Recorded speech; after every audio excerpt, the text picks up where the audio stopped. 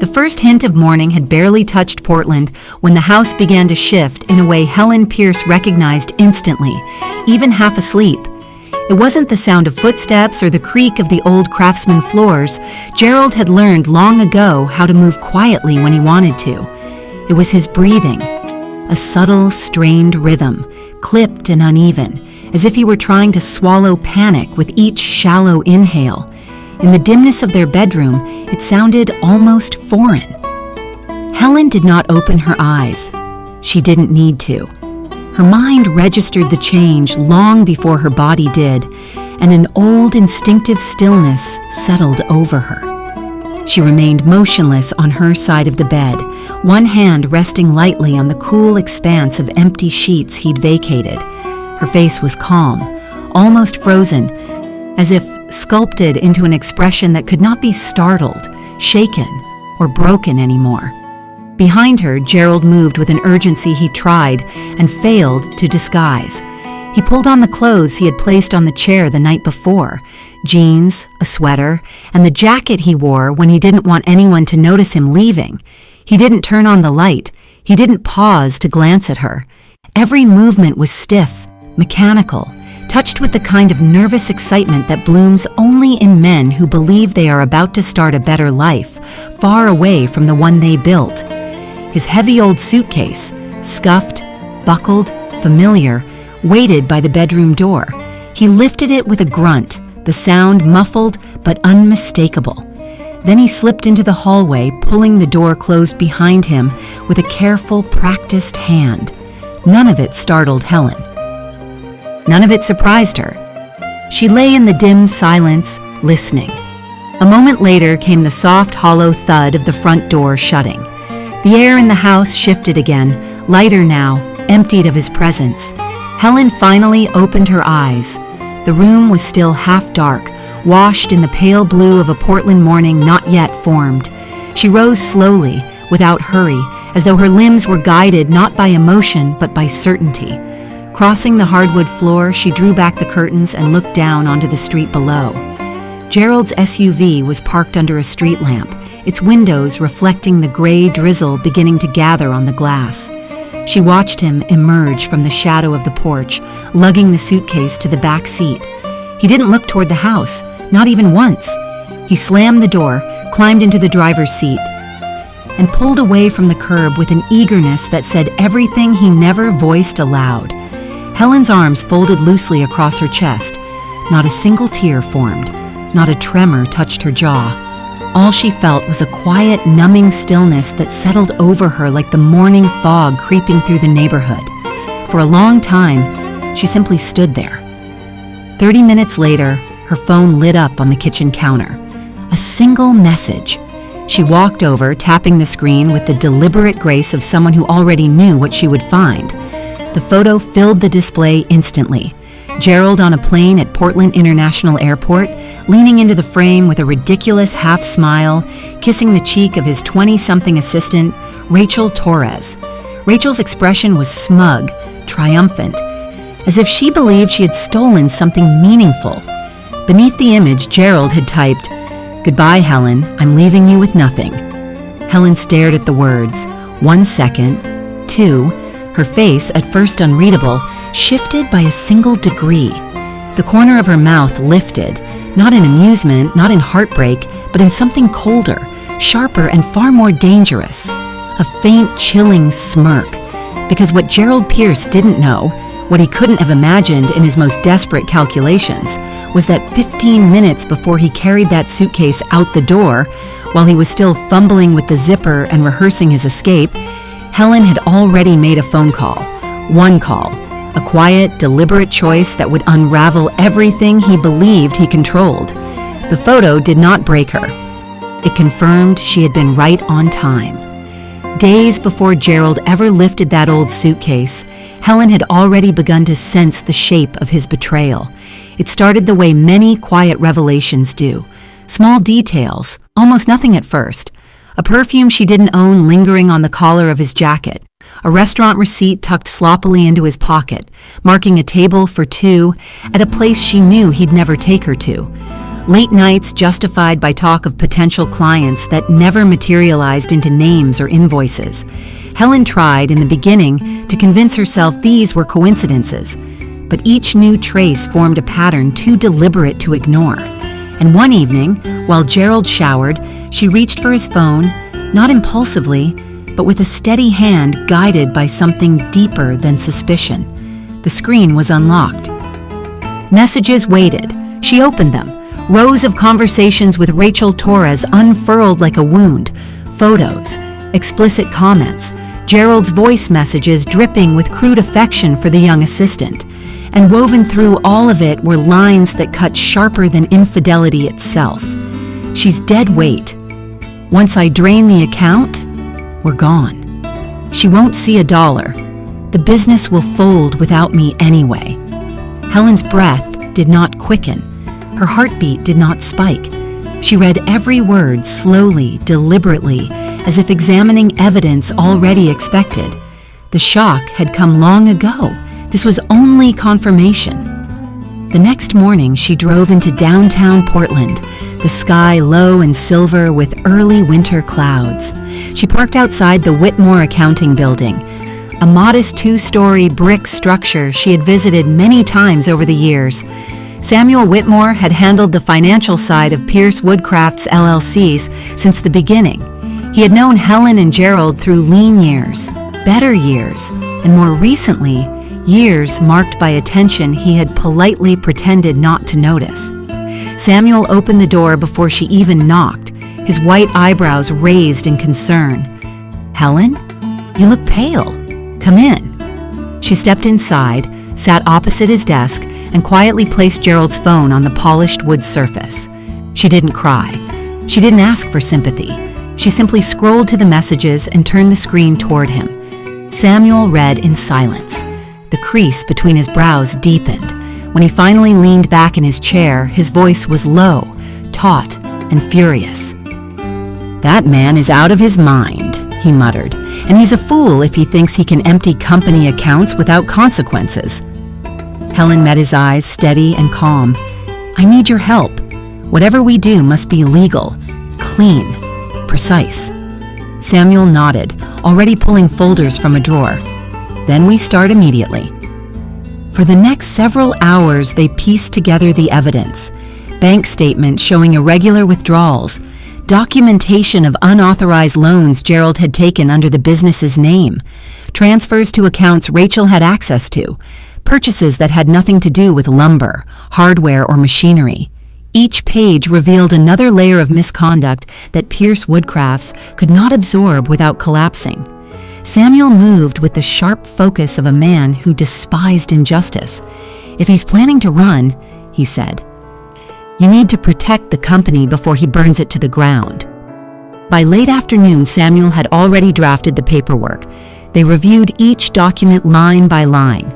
Signatures, notarization, transfer of ownership, legal repositioning that ensured Helen, who had built the company's early client base and maintained most vendor relationships, would become the sole owner of the LLC. When Helen signed her name, her hand did not tremble. Something inside her shifted, not toward bitterness or fear, but toward a clarity she had not felt in years. The pain was still there, but now it sharpened into resolve, cold, steady, final. As they finished, Samuel gave a slow, approving nod. "If he leaves the country," he said, "everything he thinks he's taking will disappear beneath him." And now, standing in her quiet kitchen after receiving that smug, triumphant photo from the plane, Helen dialed Samuel's number. He answered immediately. "It's done," he told her. "Every transfer is finalized. The accounts are locked. The business is yours." Helen closed her eyes for a moment. Gerald had left just in time for his downfall to be complete. The kitchen was silent except for the soft, steady trickle of hot water hitting the sides of Helen's ceramic mug. She moved with the calm precision of someone who had learned long ago that her hands reacted better to routine than her heart did. Steam unfurled upward, curling in the cool morning air, filling the room with the faint scent of mint. Outside, The Portland drizzle tapped lightly against the window, a muted rhythm that felt almost merciful. Helen wrapped her fingers around the warm mug and stood still for a moment, letting the familiar heat seep into her palms. The quiet suited her. It always had. It was something she had grown used to, first by choice, then by necessity, and finally because quiet was the only space where she could hear her own thoughts anymore. 15 years earlier, her mornings had looked different. Gerald used to sit beside her at this very table, drinking strong coffee and talking about everything he hoped the business would become. Back then, his voice had warmth, his eyes had ambition, and his laugh, rare but genuine, had pulled her toward him with a feeling she once mistook for security. But slowly, almost imperceptibly, something shifted. The first dismissive remarks were small enough to ignore, a quiet sigh when she offered a suggestion, a smirk when she mispronounced a supplier's name, a curt "I'll handle it" when she tried to help with orders. None of it seemed vicious on its own, but each comment wore away a thin layer of who she was. Over time, the belittling became habitual. "You don't get how this works. You're overthinking again. Just let me deal with the important stuff." He said these things casually, as if stating facts. He rarely raised his voice. He didn't need to. The tone was enough, cold, flat, designed to shrink her without ever making a scene. And little by little, Helen felt herself fading. Not suddenly, but slowly, like the steady erosion of a shoreline. She became background noise in her own home, tolerated rather than cherished. A figure moving quietly through the rooms, careful not to disturb the man who seemed perpetually disappointed by her existence. Affection drained away first, then respect, then the sense of partnership she had once believed in. What replaced it was routine, inefficient, numbing, and heavy.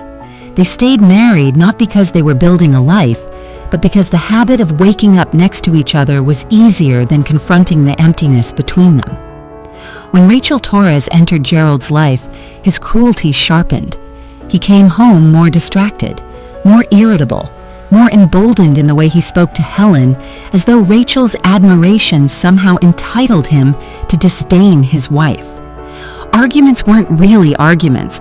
They were performances in which Gerald made sure Helen understood how lucky she was he hadn't left yet. The worst moment wasn't even one she witnessed in person. It came in the form of a voicemail she found by accident. She had called Gerald to ask if he needed anything from the store. He didn't answer.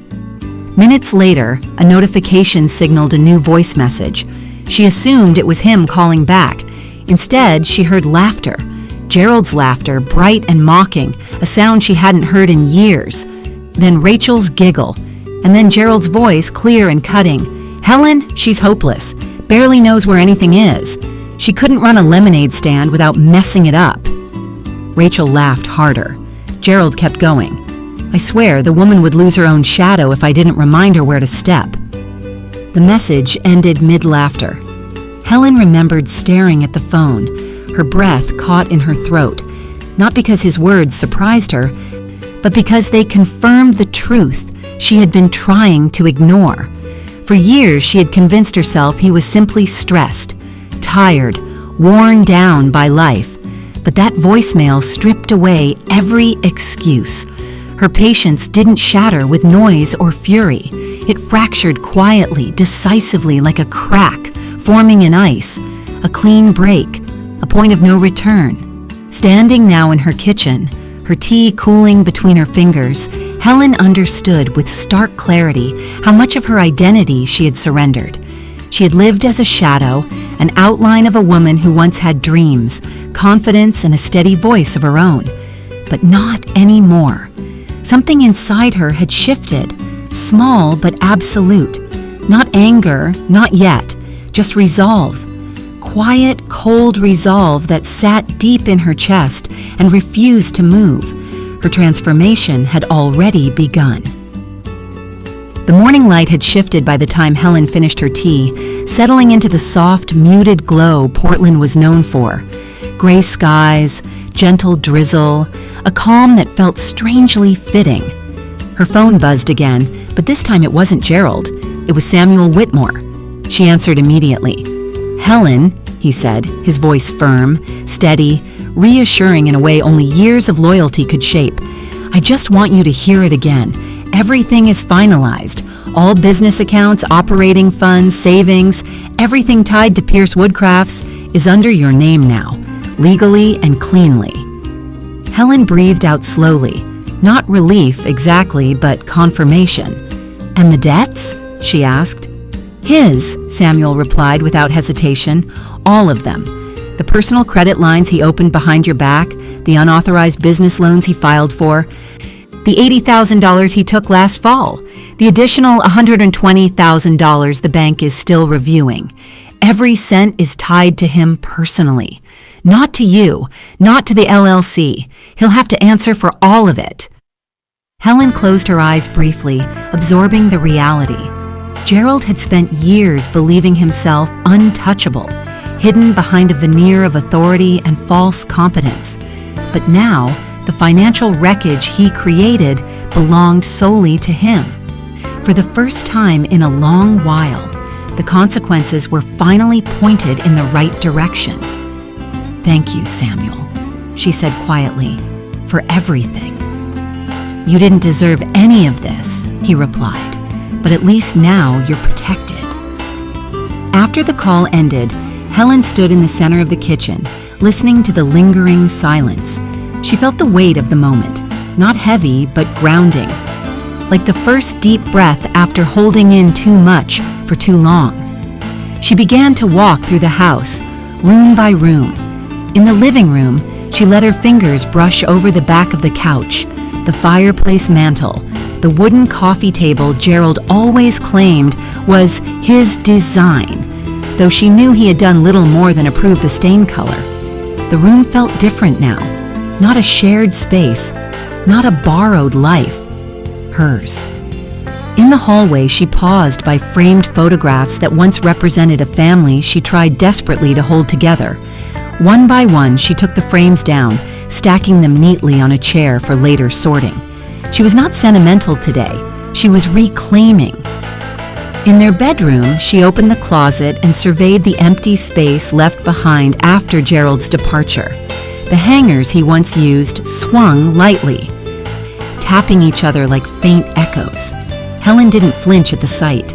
Instead, she straightened a few items of her own, making space. Not for someone else, not yet, but for herself. Her phone buzzed again. Gerald, then again and again. Each notification lit up with a different tone. Missed call, voicemail, text, spiking in urgency. Helen tapped the screen, not to read them, but to remove them. Block, delete, silence. She didn't need to hear his voice to know what it would sound like now. Panic, confusion, anger masked as entitlement. The sudden realization that the life he had planned, a new country, a new woman, a new future, was slipping through his fingers faster than he could grab onto it. Her phone buzzed once more, another number she didn't recognize. Probably him on a borrowed phone. She blocked that one too. Helen walked to the window and looked out at the rain streaking down the glass. She felt no triumph, no thrill in his unraveling, only a steady readiness. She knew what she'd done. She knew what came next. Actions always create ripples. Financial, emotional, legal. Gerald would thrash against every one of them. He would try to call, to manipulate, to bark orders he believed she still feared. But those days were gone. She had ended them with a signature and a single precise phone call. Helen placed her hand on the windowsill, grounding herself. She wasn't afraid of the ripple effects. She was preparing for them. And for the first time in 15 years, she was standing exactly where she needed to be. The rain had softened to a mist by the time Helen gathered a stack of trash bags from the pantry. The house felt strangely hollow, quieter than quiet, as though something old and heavy had finally lifted. She carried the bags into the bedroom, setting them on the bed one by one. Then she opened Gerald's side of the closet. the sight of his remaining belongings, shirts he never hung properly, shoes scuffed from carelessness, belts he insisted cost more than they actually did not stir sadness or nostalgia, only a calm, methodical purpose. She reached for the first shirt, folded it once, and placed it neatly into the bag. Then another and another. The rhythmic motion soothed her, each item sealed away like a small piece of a life she no longer wanted tethered to. His jackets, his heavy boots, even the cologne bottle he used far too generously. All of it slipped into the bags without hesitation. The physical act mirrored a deeper release. With every piece she packed, another invisible thread loosened, threads that had once held her captive in routine, in complacency, in a marriage that had stopped feeling like partnership years ago. By the time she tied the last bag, the closet looked almost new, a blank space, a breath of possibility where control had once lived. Helen turned toward the glass cabinet in the hallway next, an old display case that held what Gerald liked to call family history. Inside were photos from vacations, anniversaries, birthdays, moments she remembered differently from the smiling images trapped behind the glass. Moments that had felt forced, rehearsed, or overshadowed by Gerald's sharp comments and colder silences. She opened the cabinet, the hinges creaking softly, and lifted the first frame. Her younger face stared back at her, eyes hopeful, smile earnest. Beside her, Gerald posed with an arm slung around her in a gesture that looked affectionate, but had felt heavy at the time. Helen exhaled slowly. One by one, she removed every photo from the cabinet. Some she tore in half, the rip of paper loud in the stillness. Others she simply placed face down in a pile. She kept none. These images no longer told a story she needed to honor. When the cabinet was empty, she left its glass doors ajar, an intentional act, a quiet declaration that the past was no longer sealed, no longer sacred. Finally, she walked toward the room at the end of the hallway, Gerald's office, a space she had never been encouraged to enter. "My place," he used to say. "I need somewhere in this house that's mine." The implication had always been clear. Everything else belonged to her only in name. The office was off limits, a sanctuary reserved for a man who contributed less to the marriage than he believed. Today, Helen turned the doorknob without hesitation. The room smelled stale, old coffee, sawdust, and something faintly sour from neglect. Stacks of papers cluttered the desk, notebooks piled in towers, crumpled receipts overflowing from a metal bin. The air felt trapped, thick with the remnants of Gerald's lies and excuses. Helen crossed the room and pushed open the window. The cold Pacific Northwest breeze swept in immediately, washing over her face, rustling the papers on the desk, clearing the air with a crisp, invigorating bite. She inhaled deeply, letting the freshness fill her lungs. Then she approached the desk. His planner lay open, thick with pages stuffed with folded notes. She pulled it closer, flipping through the scribbled entries, receipts from restaurants she had never visited, meeting notes that hinted at unfinished deals, transactions that raised more questions than answers, small clues of his schemes, some selfish, some reckless, all pointing toward a man desperate to impress and deceive in equal measure. Near the back of the planner, she found something more pressing, a major client meeting circled in red ink, scheduled for the next day, a partnership Pierce Woodcrafts needed to secure in order to recover from the financial damage Gerald had inflicted. Helen stared at the entry, her expression unreadable. If Gerald had still been here, he would have walked into that meeting wearing confidence he hadn't earned. Now he was thousands of miles away, stranded in a life he chose without considering the cost, and she was the owner of the company he had tried to destroy. Helen closed the planner gently, the decision already forming in her mind. Tomorrow's meeting would not be missed. The planner rested on the desk for a long moment after Helen closed it, her fingers still pressing lightly against the worn leather cover. The circle around tomorrow's meeting was bold, confident, almost arrogant, just like Gerald had always been when assuming a future he hadn't earned. Helen studied it in silence, her calm deepening rather than wavering. She reached for her phone, scrolling through the contact list until she found the name she needed. Art Pickering, Pickering & Sons. Construction, one of their largest clients, a partnership Gerald had nearly destroyed with his unreliability, missed deadlines, and constant requests for advances. Helen inhaled once, steady and deliberate, then tapped the number. The line rang twice. Pickering speaking. His voice was brisk, no nonsense, the tone of a man who'd been burned by Gerald one time too many. "Good morning, Mr. Pickering," Helen began, her voice calm but carrying a firmness that felt newly sharpened. "This is Helen Pierce. I'm calling in regard to your scheduled meeting with Pierce Woodcrafts tomorrow." There was a short pause, surprise, confusion, then a sigh on his end. "Helen, I'll be honest, I wasn't expecting that appointment to hold. Gerald's been unpredictable lately." "Yes," she said simply. "I'm aware." Another pause. "Is he canceling again?" "No," Helen replied. "He won't be attending. I will." Art's tone sharpened instantly. "You?" "Yes. As of this morning," she continued, each word clear, measured, unshaken. "I am the sole owner of Pierce Woodcrafts, LLC. All business operations, finances, and contractual obligations are under my authority moving forward." For a moment, the line went completely still. Helen could picture him leaning back in his office chair, processing what she had just said. Finally, he let out a long, relieved exhale. "Well," he muttered, "I can't say I'm unhappy to hear that." Helen stood a little straighter. Art continued, voice dropping to a more candid tone. "Look, I'll be blunt. Gerald wasn't reliable anymore. We liked your work, your craftsmanship, your consistency. But every time we tried to finalize something with him, he showed up late or asked for another cash advance. We were considering withdrawing our contract altogether." Helen felt the sting of that truth, not because it surprised her, but because it confirmed how deeply Gerald's negligence had been bleeding the company dry. Yet beneath that sting was something else, something warm, awakening, steady. "You won't have that problem with me," she said. "The company will operate with transparency and professionalism.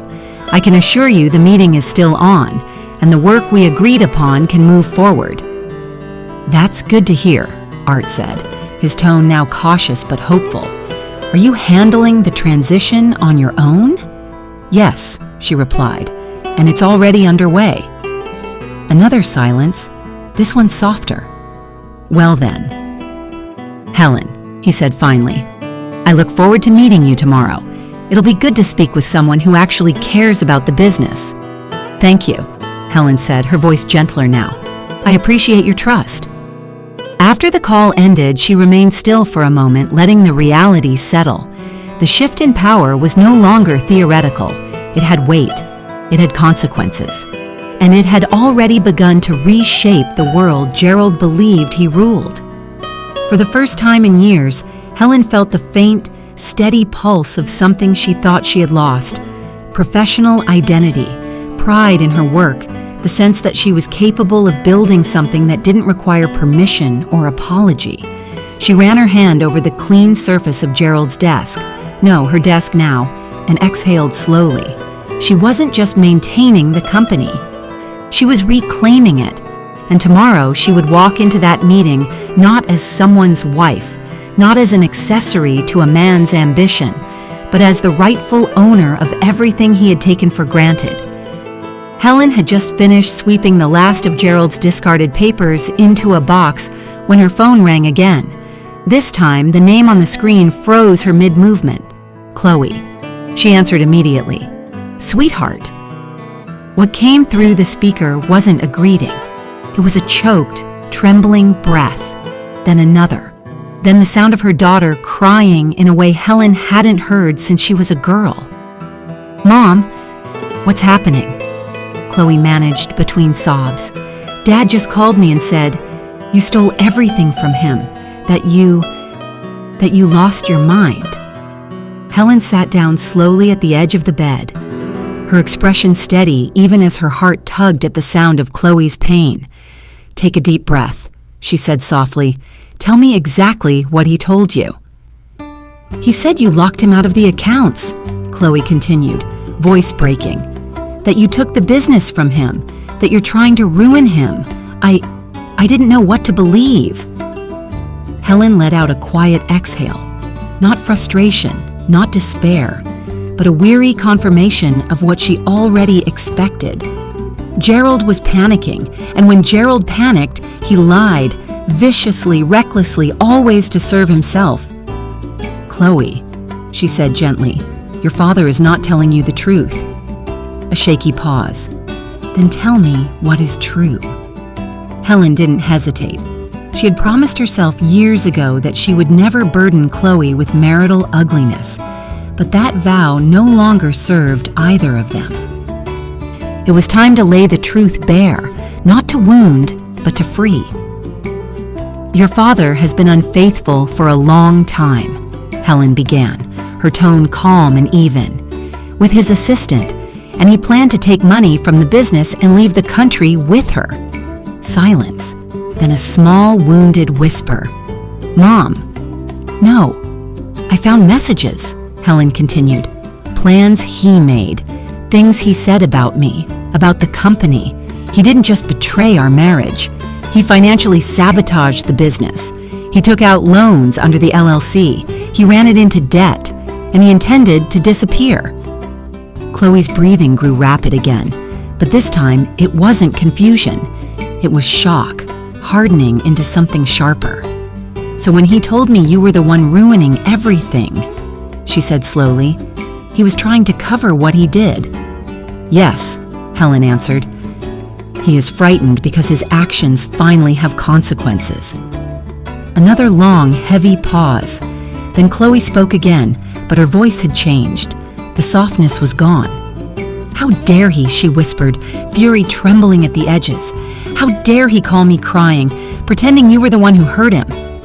Helen closed her eyes for a moment. She heard it clearly, the shift, heartbreak turning into outrage, pain transforming into clarity. "Mom," Chloe said suddenly, determination rising through the grief, "I'm coming over. Right now." "You don't have to—" "No," Chloe cut in firmly. "I need to, and you shouldn't be alone. I'll be there soon." True to her word, less than 30 minutes later, Chloe stood in the doorway of the house, cheeks flushed from crying. Eyes red but blazing with protectiveness Helen had rarely seen directed outward, much less toward her. The moment she stepped inside, she wrapped her arms around her mother with a force that startled them both. It wasn't a gentle hug. It was an anchoring one. "I'm here," Chloe murmured. "I'm not going anywhere." Helen held her for a long moment, feeling her daughter's strength pulse through the embrace. When they finally pulled apart, Chloe immediately rolled up her sleeves. "Tell me what needs to be done." Together they moved through the house, gathering, sorting, cleaning, reclaiming. Side by side, mother and daughter began stitching back a unity that Gerald's choices had strained but never fully broken. By evening, the air in the house felt different. Not lighter exactly, but fortified. Like walls once weakened had been reinforced with something unshakable. Chloe wasn't confused anymore. She was loyal, fiercely, and this time, Helen wasn't facing the fallout alone.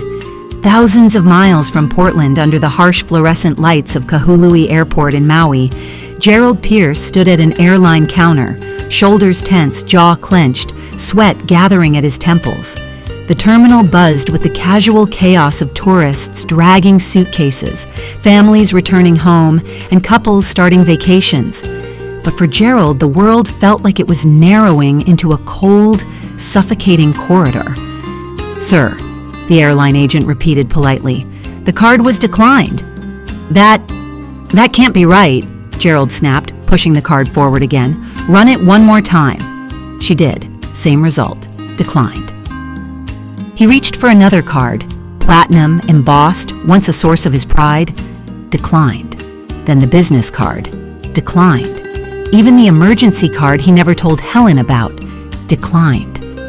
"What the hell is going on?" he muttered, eyes darting across the screen as though he could read the agent's monitor by sheer force of will. "Perhaps you should contact your bank," she offered gently. He stepped aside, dialing frantically. 1 call, 2, 3. All responses automated, all accounts inaccessible. Each attempt carved a deeper line between his eyebrows. He tried Samuel next, straight to voicemail. He tried again. Voicemail. Again. Voicemail. "Pick up the phone, damn it!" Gerald hissed under his breath. Samuel always answered his calls. Always. The sudden silence told him far more than any message could. He tried Helen. Blocked. He opened the messaging app. Message failed to deliver. His stomach dropped. From a nearby seat, Rachel Torres watched him with growing irritation. Her arms were crossed tightly, her glossy hair pulled into a high ponytail that swayed angrily each time she shifted. "What's happening?" she demanded. "We were supposed to be on the beach by noon. Don't tell me you planned this whole getaway and didn't check your accounts." "I checked them," Gerald barked. "Something's wrong. This is some kind of mistake." Rachel scoffed. "Everything with you is a mistake lately." Gerald's head jerked toward her. "Excuse me?" She leaned back, arms crossed deeper. "You told me you handled everything. You told me you had money lined up. You told me Helen was clueless and wouldn't touch the business." Her eyes narrowed with a disdain he had never seen from her before. "And now we're stuck in an airport because all your cards are bouncing like we're broke teenagers." "I am not broke," he growled. "Then buy the damn tickets," she snapped. When he didn't answer, when his silence stretched too long, Rachel's expression shifted from annoyance to realization, a quiet, bitter understanding. "You don't have anything left, do you?" Gerald clenched his teeth. "I just need to reach my daughter. Chloe will—" Rachel interrupted with a short, humorless laugh. "Your daughter? Gerald, she barely speaks to you unless she has to." He didn't bother arguing. He dialed anyway, his last lifeline. The call rang once, twice. Then Chloe picked up. Her voice was calm, too calm. "Dad? Chloe, thank God. Listen, something's happened. Your mother, she's taken everything. She's out of control. I need you to talk to her. Make her see reason. This is—" "Stop," Chloe said sharply. Gerald froze. "You don't get to twist this. Not with me."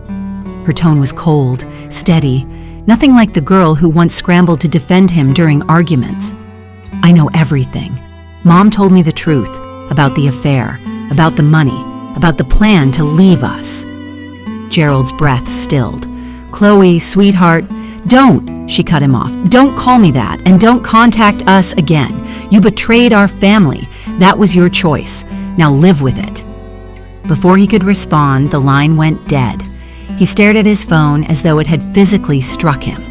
For the first time, the weight of everything he had lost pressed down with brutal, undeniable force.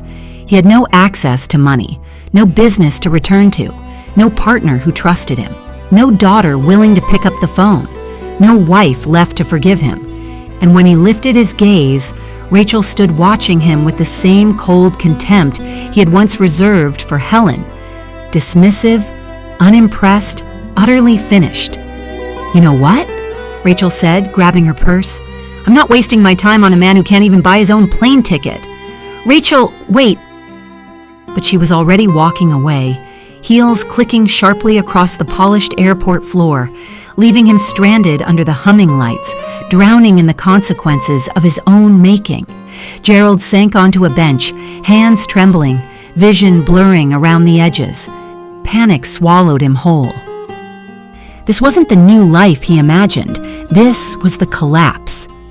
By late afternoon, the house no longer felt like the place Gerald had abandoned. It felt like a place being remade, slowly but unmistakably, by the steady hands of two women who had spent far too long tiptoeing around his moods. Helen and Chloe worked side by side, clearing out drawers, sorting through forgotten corners, carrying bags of Gerald's belongings to the garage. The air inside the home shifted with every movement, lighter, clearer, less burdened by the weight of years spent walking carefully around a fragile ego.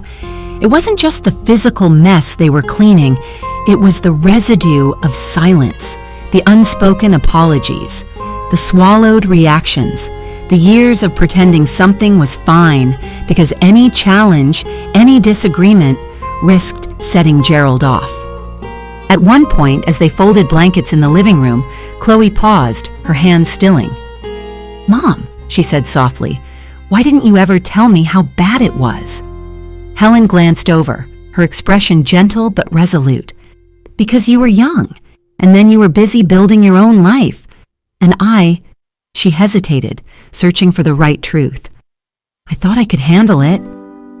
Chloe sat down on the couch, brow furrowing. "You shouldn't have had to." Helen lowered herself beside her. "Sweetheart, for years I believed it was easier to stay quiet. Every time I tried to speak up, Gerald treated me like I was overreacting. Eventually, I learned to shrink my needs so he wouldn't criticize them." Chloe's eyes glossed, anger and sadness mixing in a way that looked almost protective. "That isn't a marriage." "No," Helen said softly, "it wasn't. Not for a long time." They sat together for a while, an honest, unfiltered quiet settling between them, not the brittle silence they'd lived around Gerald, but a comfortable pause shaped by understanding. "What do you regret most?" Chloe finally asked. Helen didn't look away.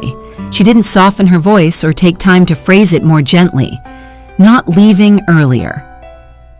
The words hung in the room with a clarity that felt cleansing rather than painful. Chloe nodded, tears rolling freely now, though her jaw was tense with conviction. "You're not alone anymore," she said. "Not ever again." They finished the last of the cleaning as evening shadows stretched across the hardwood floors. Chloe packed up a few boxes for donation, wiped down the counters, and made one last sweep through the house. By the time she was ready to leave, the space felt different, less haunted by Gerald's presence, more aligned with the woman Helen was becoming. At the doorway, Chloe hugged her tightly. "Call me if you need anything. I'll come back tomorrow." "I know," Helen whispered. "Drive safe." When Chloe's car pulled away, the quiet that filled the house was no longer oppressive. It was gentle, peaceful, alive. Helen walked to the kitchen, brewed a pot of mint tea, and carried the steaming mug to the living room window. Outside, Portland glowed softly, streetlights shimmering in the damp air, buildings casting warm reflections on rain-slicked sidewalks, night settling over the city like a heavy, comforting blanket. She curled up in her armchair, sipping slowly, breathing deeply. Every inhale felt fuller. Every exhale felt like something old and heavy leaving her body. After a few minutes, she rose and retrieved an old photo album from a drawer. The cover was worn, the pages slightly curled, images of a younger Helen, smiling at possibilities she had once chased without hesitation. She traced a fingertip along one photo, her at 28, laughing under a canopy of fir trees on the Oregon coast, wind in her hair, eyes full of the kind of freedom she hadn't felt in years. She didn't cry. She didn't ache for the past. Instead, she reconnected with that version of herself, the woman she had been before shrinking, before silence, before Gerald's slow erosion of her voice. When she finally closed the album and set it aside, the house was silent again. But this silence wasn't a void. It was the first night she wasn't afraid, the first night she wasn't waiting. The first night she didn't owe anyone an apology for simply existing. For the first time in a long, long while, Helen Pierce felt something close to peace. Helen woke the next morning with a sensation so unfamiliar she lay still for a while, quietly observing it, as though it might dissolve if she moved too quickly. Rest. Genuine, uninterrupted rest. The kind she hadn't tasted in years. Her body felt lighter, Her chest no longer carried the tight, invisible knots that Gerald's presence had woven there over time. For a moment, she simply breathed, letting the softness of the morning wrap around her like a warm blanket. A soft knock at the door brought her back to motion. When she opened it, a courier held out a sealed envelope. Mrs. Pierce, documents from Whitmore Accounting. She thanked him and carried it to the kitchen table. Sunlight filtered through the windows, illuminating the polished wood where she laid the packet flat. Inside were bank confirmations, ownership transfers, and updated account authorizations, all bearing her name. Not his. Never again his. She signed the final page, her pen gliding with confidence, and exhaled slowly. It wasn't triumph she felt. It was something quieter, deeper.